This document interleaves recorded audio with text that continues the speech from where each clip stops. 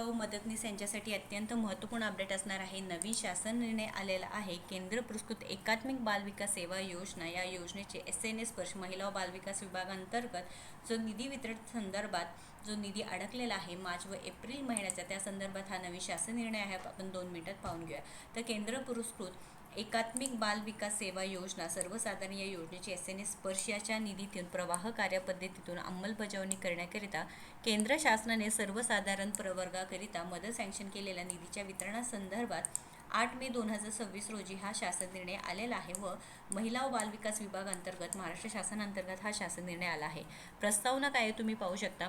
केंद्र शासन व राज्य शासन या दोन्ही स्तरावरील रोख व्यवस्थापनामध्ये कॅश मॅनेजमेंटमध्ये अधिक परिणामाकरिता साध्य करण्यासाठी केंद्र पुरस्कृत योजनांना निधी वितरित करण्यासाठी SNS स्पर्श ही पर्यायी निधी प्रवाह कार्यपद्धती लागू करण्याचा निर्णय केंद्र शासनाने घेतलेला आहे व आयुक्त एकात्मिक बालविकास सेवा योजना नवी मुंबई यांच्या अधीनस्थ एकात्मिक बालविकास सेवा योजना ही केंद्र पुरस्कृत योजना राबविण्यात येते।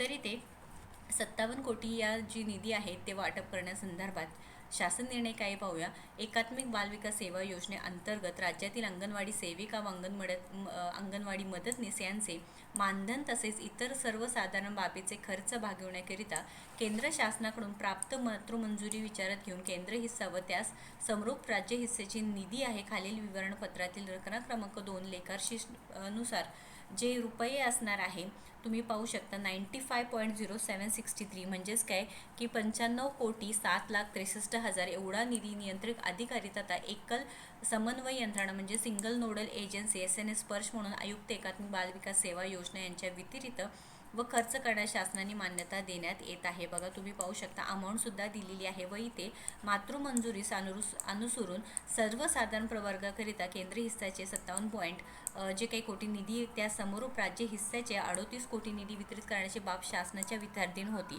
तर आता इथे 95 कोटी इतका निधी नियंत्रित अधिकारी तथा एकल म्हणजे सिंगल नोडल एजन्सी यांच्यासाठी जो खर्च करण्यास शासनाने मान्यता देण्यात आलेली आहे। परवाच एक GR आला होता, त्या संदर्भात सुद्धा सांगितलं होते की आपण जे अंगणवाडी सेविका व मदतनीस यांचे मानधन व प्रोत्साहन भत्ता अदा करण्याकरिता निधी वितरित करण्यासंदर्भात होता। हे शासन निर्णय सुद्धा आपण पाहिलेला आहे, ज्यामध्ये पूर्णपणे जो एप्रिलचा निधी आहे यामध्ये तुम्ही पाहू शकता। बघा एप्रिल महिन्याच्या निधी संदर्भात माहिती दिलेली आहे की एप्रिल 2026 याची निधी देण्यासंदर्भात ज्यामध्ये 174 कोटी रुपयांचे इतके काय झाले आहे की निधी वितरित करण्यात आले आहे की मात्र जो भत्ता किंवा निधी मदत सँक्शनच्या अनुषंगाने वितरित करण्यात आला आहे त्या संदर्भात हे केंद्र शासनाचं काय झालेलं आहे निधी वितरित करण्यासंदर्भात शासन निर्णय आलेला आहे। तर आता लवकरच जे अंगणवाडी सेविका मदतनीस ताई असणार आहे त्यांच्यासाठी जे राहिलेली हप्ते आहे किंवा राहिलेली जे पैसे आहेत नक्कीच आता लवकर जमा होणार। तर महत्त्वपूर्ण अपडेट आहे, जास्तीत जास्त अंगणवाडी सेविका ताईंना मदतनीस ताईंना शेअर करा, कारण केंद्र शासनाने तसेच राज्य शासनाने वेळोवेळी दिलेल्या सूचनांचे पालन करून सदर नीती उपयोजनात आणायची कार्यवाही आयुक्त एकात्मिक बालविकास सेवा योजना नवी मुंबई यांनी करावी हे सुद्धा शासन निर्णयामध्ये सांगण्यात आलेलं आहे। तुमचे पूर्णपणे जे वेतन असो किंवा मानधन आहे किंवा जे प्रोत्साहन भत्ते आहे ते वेळेवर जमा होतात का नाही, गेल्या महिन्याचे म्हणजे मार्च एप्रिलचे पैसे जमा झाले आहेत का नाही नक्कीच कमेंट करून सांगायचं आहे। व्हिडिओ महत्त्वाचा आहे, जास्तीत जास्त शेअर करा। अशाच महत्त्वपूर्ण अपडेटसाठी आपल्या योजना यंत्र चॅनलला सबस्क्राईब करायला विसरू नका। धन्यवाद।